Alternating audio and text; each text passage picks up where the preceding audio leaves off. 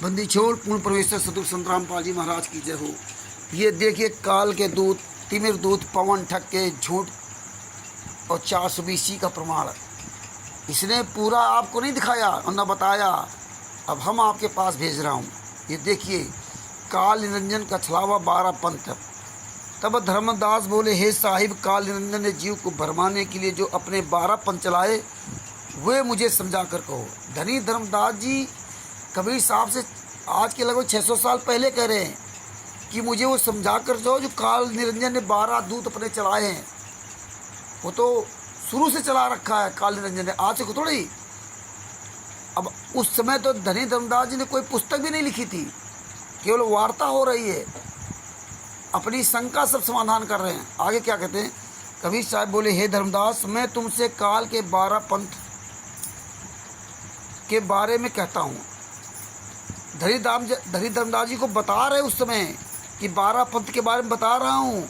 मृत अंधा नाम का दूत जो छल बल में शक्तिशाली है, पहला दूत होगा मृत अंधा, वह तुम्हारे घर में स्वयं उत्पन्न हुआ है, ये पहला पंथ है। और आखिर में बताएंगे ये हमेशा आते जाते रहेंगे, केवल एक ही बार नहीं, हमेशा आते जाते रहेंगे। पूरा आप तक वीडियो पहुँचा रहा हूँ। बड़ी दया की परमात्मा ने जिस काल के दूत पवन ठक्के द्वारा अपना इसने वीडियो डाला, इसीलिए इसकी चोरी परमेश्वर पकड़ा रहे हैं। किस तरह से इसने भ्रमित करने की कोशिश किया। आगे क्या है, दूसरा तिमिर दूत चलकर आएगा, उसकी जात अहीर होगी। अब बताइए 600 साल पहले बीच में ये सब पार होने का सिस्टम खत्म हो गया। तिमिर दूत कौन था? ये अहीर जाति में आएगा। अहीर जात में कोई आए नहीं है, ये अहीर जात में केवल पवन ठग ही आया है, इसके अलावा कोई अहीर जात में नहीं है। तिमिर दूत उसमें तो ज्ञान बंद हो गया, क्योंकि धनी धर्मदास जी कहा था 5505 वर्ष बाद कलयुग हम आए, बीतेगा तब हम आएंगे, इसके बाद शुरू होगा। बीच में तो पार होने का काम ही खत्म हो गया। आगे क्या कह रहे हैं, और वह नफर यानी गुलाम कहलाएगा। इसीलिए आपको नफर का हमने वो प्रमाण डाला था, जिसमें दास मीन्स गुलाम होता है। परमेश्वर ने हमें परिभाषा बता रखी, गुलाम और सेवक, तो दास और सेवक नाम कहलाएगा। दूसरी बात, वह तुम्हारे पास आएगा और अपना नाम, हाँ, नफर यानी गुलाम कहलाएगा। वह तुम्हारी बहुत सी पुस्तकों से ज्ञान चुराकर अलग पंथ चलाएगा तुम्हारी पुस्तकों से। जब तुम पुस्तकें लिख दोगे तो आने वाले समय में ये तुम्हारी पुस्तकों से ज्ञान चुराएगा। अरे बीच में तो कोई मतलब ही नहीं था 1997 पहले। ये तो ज्ञान का तब चुराएगा जब कबीर साहब इस पृथ्वी पर आएंगे। तो इसीलिए कहा कि तुम्हारी पुस्तकों चुराएगा। उस समय तो पुस्तकें लिखी नहीं गई थी। आगे क्या करें, वह सेवक होगा, तुम्हारे पास आएगा और अपना नाम शुद्ध, तीसरा पंथ का नाम अंधा अचेत दूत बताया होगा। वह सेवक होगा, वह तुम्हारे पास आएगा और अपना नाम सूरज गोपाल बताएगा। वह भी अपना अलग पंथ चलाएगा। ये हमेशा चलते रहेंगे। ये चौथा मनभंग नाम का दूत आएगा। पांचवें पंथ को चलाने वाला ज्ञान भंगी नाम का दूत होगा। ये टकसारी पंथ आज भी चल रहा है, उसका पंथ टकसार नाम से होगा, इसका आज भी चल रहा है। ये पूरा प्रमाण आप देखिए। छठा पंथ कमाल का, अब बताइए कमाल कब था? 600 साल पहले था, आज भी उसका पंथ चल रहा है। वह मन मकरंद दूत के नाम से संसार में आया है, उसने मुर्दे में वास किया है और वो मेरा पुत्र होकर प्रकट हुआ है। वह जीवों को झिलमिल ज्योत का उपदेश करेगा। ये पूरा दिखा दिया है जो अष्टांगी ने विष्णु को दिखाकर भरमा दिया था। इसके अलावा क्या क्या, सातवां दूत चितभंग होगा, ये पढ़िए पूरा। आठवां चलाने वाला अंकित भंग होगा। नवां विशंबर दूत का होगा।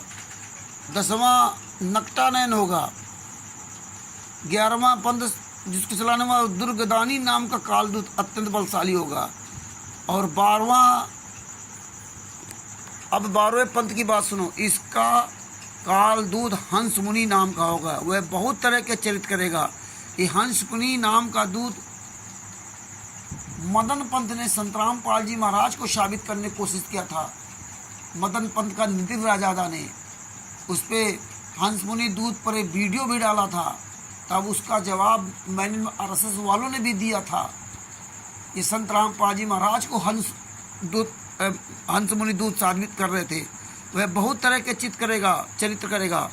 वह बचन वंश के घर में सेवक होगा और अपने वह पहले बहुत सेवा करेगा, फिर पीछे अर्थात पहले विश्वास जमाएगा, और जब लोग उसको मानने लगेंगे तो वह अपना मत प्रकट करेगा और बहुत से जीवों को अपने जाल में फंसा लेगा और अंशवंश कबीर साहब के स्थापित असली ज्ञान का विरोध करेगा। वह उसके ज्ञान की कुछ बातों को मानेगा, कुछ को नहीं मानेगा। इस प्रकार काल निरंजन जीवों पर अपना दांव फेंकते हुए उन्हें अपने फंदे में असली ज्ञान से दूर बनाए रखेगा। मतलब आने वाले समय में आएगा, इस समय वही काम कर रहा है। 12 पंथ झूठे ज्ञान फैलाने प्रकट कराएगा और ये दूत सिर्फ एक बार ही नहीं होंगे, एक बार ही प्रकट नहीं होंगे। ध्यान से देखिए भगत जी, एक बार ही प्रकट नहीं होंगे, बल्कि वे उन पंथों पे बराबर आते जाते रहेंगे और इस तरह बारंबार संसार में प्रकट होंगे, बारंबार। ये देखिए, और जहाँ जहाँ भी ये दूत प्रकट होंगे जीवों को बहुत ज्ञान भरमाने वाला कहेंगे, जहाँ जहाँ प्रकट होंगे, और वे ये सब खुद को कबीरपंथी बताते हुए करेंगे और वे शरीर ज्ञान का कथन करके सत्य ज्ञान के नाम पर काल निरंजन की ही महिमा को घुमा फिरा कर बताएंगे और अज्ञानी जीव को काल के मुंह में भेजते रहेंगे।